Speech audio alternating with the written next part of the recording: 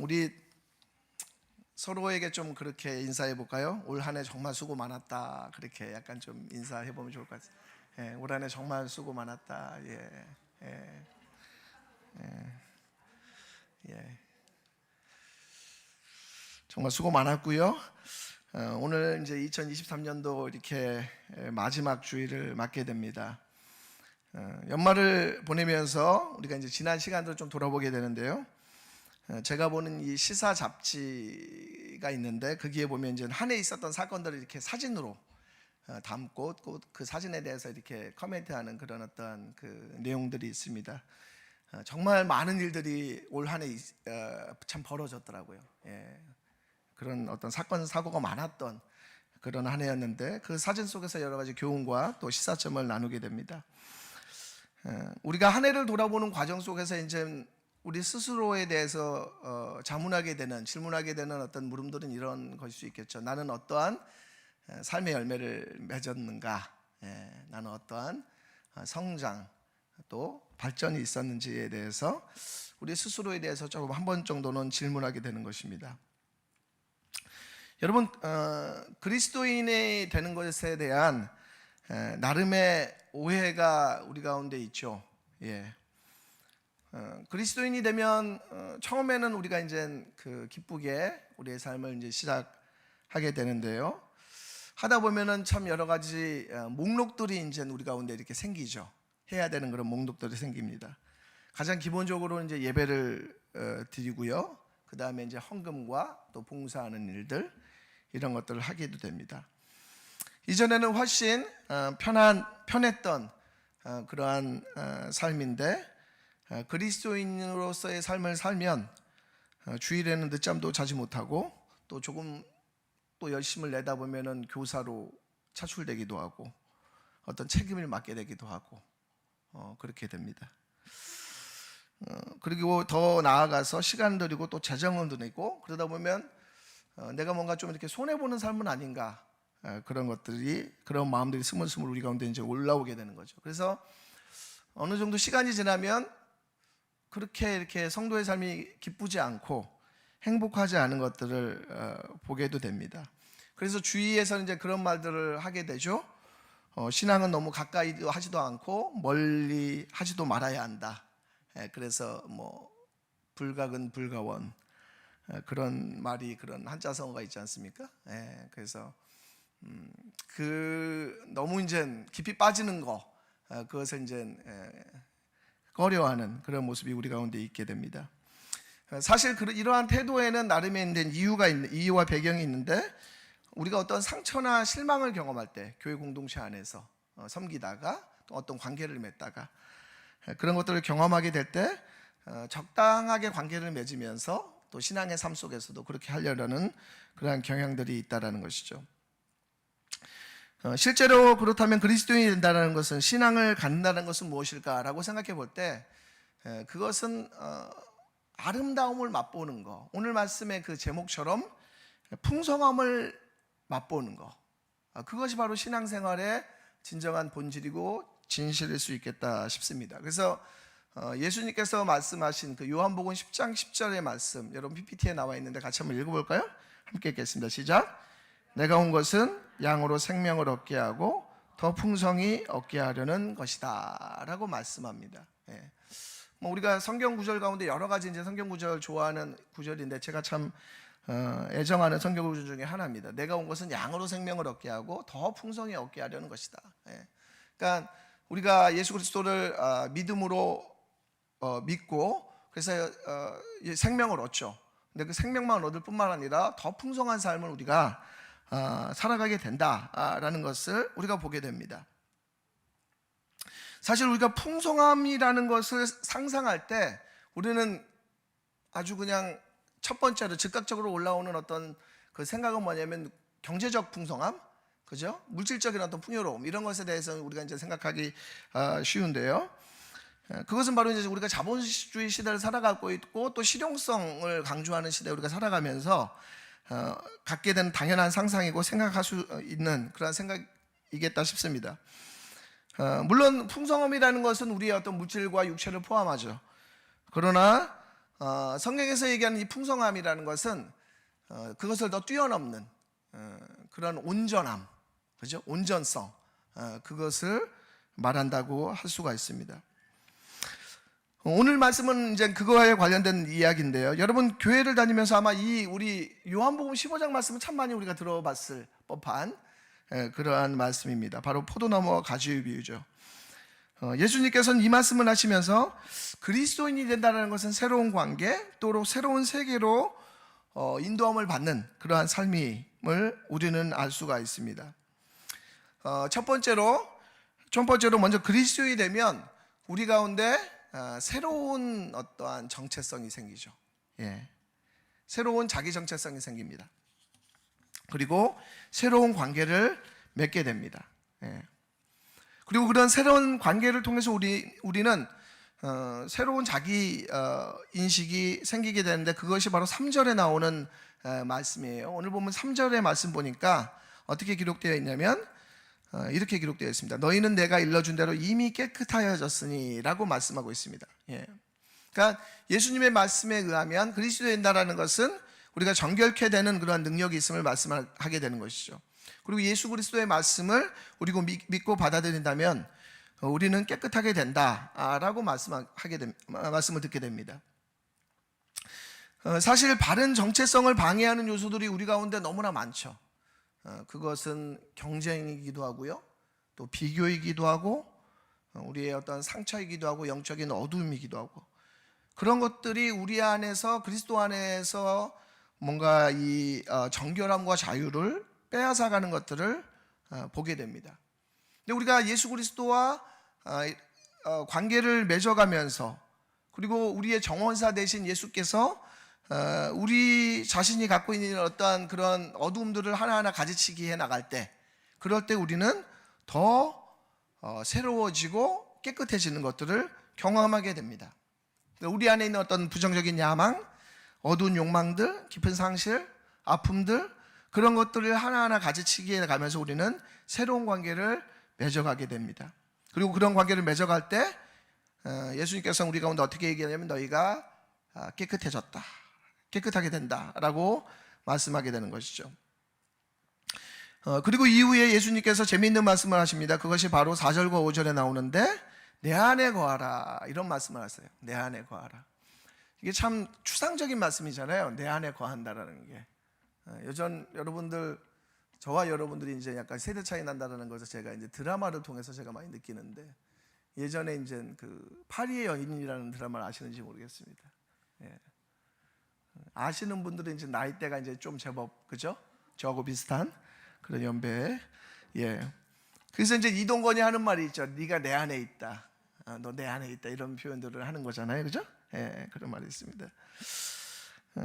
이게 이제 결혼한 이성과의 관계에서 흔히 말하는, 이렇게 할 수 있는 그런 말들, 표현인데, 예수님께서 지금 그런 말씀을 하시는 거죠. 그러니까 이 내 안에 거한다라는 것은 바로 부활하신 예수님의 영이 우리 가운데 거하는, 그죠? 성령께서 우리 가운데 내주하시는 그런 의미를 얘기합니다. 그러니까 그리스도인이 된다라는 것은 바로 친밀한 사랑의 관계로 들어가는, 이게 이제 어떤 공간적인 개념이 아니라 관계적 개념의 의미인 것을 우리가 배우게 되는 것이죠.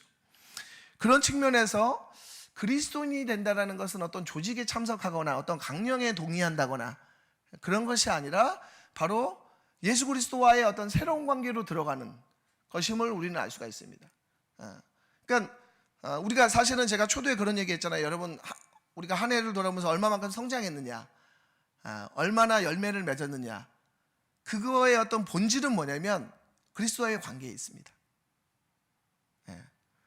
그러니까 우리가 예수 그리스도 안에서의 관계를 맺어갈 때 우리 가운데는 그러한 열매와 사연들이 많아져요.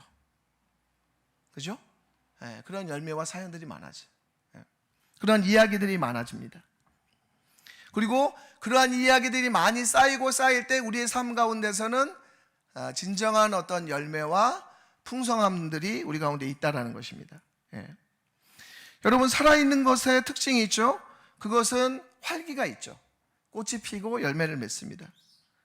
마치 우리가 예수 그리스도와 관계를 맺어가면서 우리는 우리 삶의 인격과 신앙의 열매를 맺게 되는 것입니다.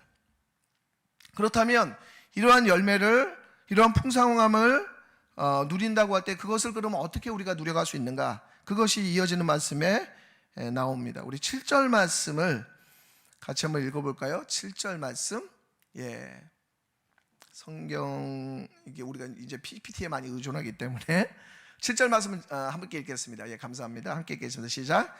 너희가 내 안에 거하고 내 말이 너희 안에 거하면 무엇이든지 원하는 대로 구하라. 그리하면 이루리라 라고 말씀하고 있습니다.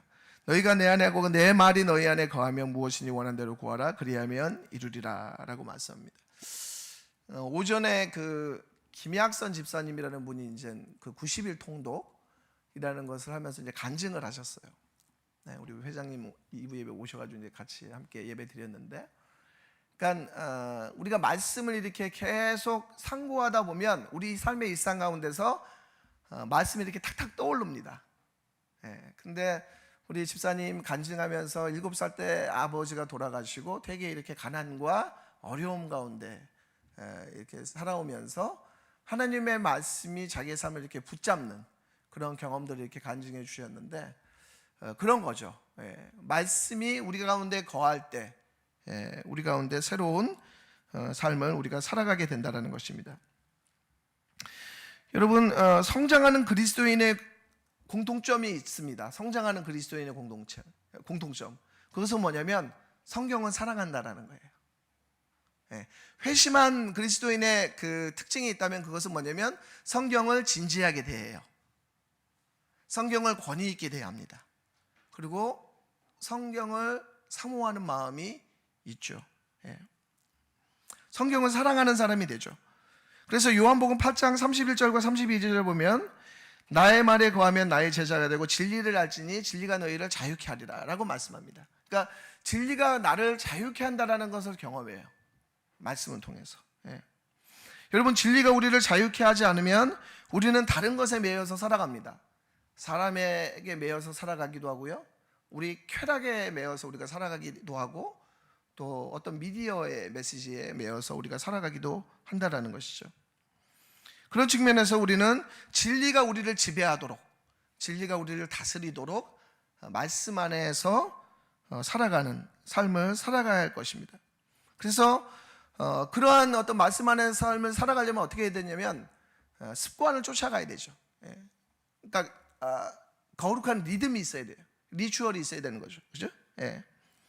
매일 일상 가운데서 말씀을 묵상하는 것들. 그러니까 사실 예배 시간만으로는 안 되는 것 같아요. 일주일에 한 번 예배 드리는 그 말씀을 통해서만 내가 살아간다. 이게 이제 쉽지가 않습니다. 그죠? 그렇게 살아가요. 그래서 여러분, 그 시편 1편에 행복한 사람, 복 있는 사람의 특징을 어떻게 얘기하죠? 여호와의 말씀을 주야로 묵상하는 자라. 주야로 묵상하는 자. 하나님의 말씀을 묵상하는 삶, 그것이 바로 복을 누리는 삶이고 결국은 행복이기로 가는 그러한 통로임을 시편 저자는 시편 1편에서 얘기하는 것을 보게 됩니다. 우리가 풍성함을 누리는 두 번째는 뭐냐면 7절 말씀인데, 우리가 아까 읽었듯이 무엇이든지 원하는 대로 구하라라는 것이죠. 무엇이든지 원하는 대로 구하라. 구하라는 것입니다. 무엇이든지. 이것은 어떤 우리의 어떠한 그 자기 만족이나 쾌락을 쫓아서 네가 마음대로 구해봐라, 그럼 내가 다 들어줄게, 이게 아닌 거죠. 그죠? 뭐 부모님들은 너무나 잘 알 거예요. 자녀들이 구하는 거 다 들어주지 않는다라는 거. 그죠? 어떤 것은 그것들이 해악을 끼치기도 하고 그것이 다 채워졌을 때 오히려 망가지는 그런 것들을 경험하게 됩니다. 이것은 바로 하나님의 영 가운데서 조율된 어떠한 그러한 간구일 수 있겠죠. 그럼에도 불구하고 기도의 영역에는 제한이 없습니다. 아주 작은 것에서부터 큰 것에 이르기까지, 아주 유치한 것에서부터 그런 것들을 우리가 기도해 나가야 되는 것이죠. 그러니까 기도의 사람으로 자라간다고 할 때는 그것은 우리의 삶의 아주 구체적인 영역에서 더욱 세밀하게 하나님 앞에 나아가는 것입니다. 기도의 언어가 뭐 화려하거나 수려하지 않아도 되는 것이죠. 우리는 이제 어떤 기도문 같은 게 보면 이렇게 정형화된 그런 기도문이 있잖아요. 근데 그런 것이 아니라 기도의 핵심은 솔직함이죠. 정직함, 솔직함을 가지고 하나님 앞에 나아가는 것, 그것이 우리 가운데 합당한 기도이고 진정한 고백이 될 수가 있습니다. 여러분, 기도는 대화하는 것이고 요구하는 것인데 친밀한 관계에서만이 진정으로 대화하고 요구할 수가 있습니다. 친하지 않는데 친하지도 않는데 우리는 요구하지는 않습니다. 진정으로 정말 주님과 친밀하다고 우리가 생각할 때 우리는 하나님 앞에 나아가서 요구할 수 있게 되는 것이죠. 저는 그런 측면에서 여러분의 그 2024년도가 기도의 삶이 자라가기를 원합니다. 기도의 삶이. 기도의 삶이. 우리가 2024년부터 새벽 기도회가 없어요. 새벽 기도회가 없어지게 됐어요. 근데 이제 다른 기도들을 많이 이제 조금씩 이제 하게 하고 이제 늘려가는 거죠. 뭐 그 금요 기도회라든지 아니면 뭐 토요일 날 부서별 연합 기도회라든지 아니면 가정에서 드리는 기도라든지 그런 것들 통해서 이렇게 우리가 기도의 삶을 해나가기를 원해요. 여러분이 개인적으로든지 여러분의 속한 어떤 모임 가운데서 이러한 기도의 뭐랄까요, 훈련들, 이런 것들을 계속 해나가고 그 은혜를 맛보기를 원합니다. 그리고 그것을 통해서 우리 삶 가운데서 삶의 열매를 우리가 맺게 되는 것이죠. 이어지는 8절 말씀 보면 그것을 통해서 아버지께서 영광을 받고 참 제자가 된다 라고 우리 가운데 말씀하게 되는 것입니다. 흔히 우리가 잘 변하지 않는다고 하지만 실제로 꾸준히 이러한 말씀과 기도의 삶을 살아갈 때 변하는 것들을 경험하게 돼요. 제가 이 성장과 관련해서 여러분도 아마 들어보셨을 것 같은데 대나무 비유가 있잖아요. 그죠? 들어보셨죠? 대나무가 어떻게 되죠? 5년까지는 안 자란다 그래요. 근데 5년 어떠한 그런 뭐 티핑 포인트라고 해야 되나요? 그 순간이 딱 넘어가면 확 성장하는 것들을 이제 우리가 경험하게 되는 것이죠. 그런 측면에서 여러분들이 이러한 어떠한 그 말씀과 기도의 훈련들을 통해서 성장하는 2024년이 되기를 원합니다. 마지막으로 예수님께서 풍성함을 누리는 세 번째 방법에 대해서 말씀하고 있습니다. 그것이 이제 9절에 나오는데요. 우리 9절 말씀을 한번 읽어볼까요? 같이 한번 좀 띄워주시죠. 함께 읽겠습니다. 시작. 아버지께서 나를 사랑하신 것 같이 나도 너희를 사랑하였으니 나의 사랑 안에 거하라 라고 말씀하고 있습니다. 우리가 마지막으로 풍성함을 누리는 세 번째 요소는 바로 사랑 안에 거하는 것이죠. 예수님의 사랑 안에 거할 때 우리는 진정으로 누군가를 사랑하게 되고 알아가게 된다는 것입니다. 우리 2024년 다드림교회 표어가 이제 왼편에, 제가 보는 이제 왼편에 저게 표어거든요. 한번 읽어볼까요? 읽겠습니다. 시작. 사랑하라 사람을 그리스도처럼. 사랑하라 사람을 그리스도처럼. 저게 사실 사람은 사랑하기가 얼마나 어려워요. 아마 우리가 관념적으로 이제 사람은 사랑해야 된다는 걸 압니다. 그러나 실제로 우리가 경험을 해보면 리더를 하건 교사를 하건 또 부모의 삶을 걸어가건 해나갈 때 정말 사랑의 한계를 많이 맛보게 됩니다. 사랑의 한계를. 이런 마음이 우리 가운데 올라오죠. 저 인간하고는 정말 다시 상종을 못하겠다. 그런 마음이 우리 가운데 스물스물 올라올 때가 있어요. 참 어렵습니다. 사람을 사랑한다라는 게. 그런 상황 가운데 우리가 처해 있으면서 기도를 하게 되는 것이죠. 우리의 마음을 바꿔줄 것에 대해서. 그리고 예수 그리스도의 그 사랑이 얼마나 위대한 것인가. 그리고 자기를 배신한 그러한 제자들을 끝까지 사랑했던 그 예수 그리스도의 사랑에 대해서 우리가 배우게 됩니다. 여러분, 우리가 살아가는 이 세대는 증오와 분노의 시대로 우리가 살아가죠. 그래서 정의를 실현하는 동기도 사랑의 동기라기보다는 내 안에 어떠한 증오와 분노를 폭발하는 그런 어떤 과정 속에서 정의를 실현하려고 하는 그런 모습들이 이 사회에 있습니다. 그래서 내가 정의롭다는 그러한 생각에 갇혀 있을 때 우리의 분노와 이 증오는 더 냉혹해지는 것을 보게 되는 것이죠.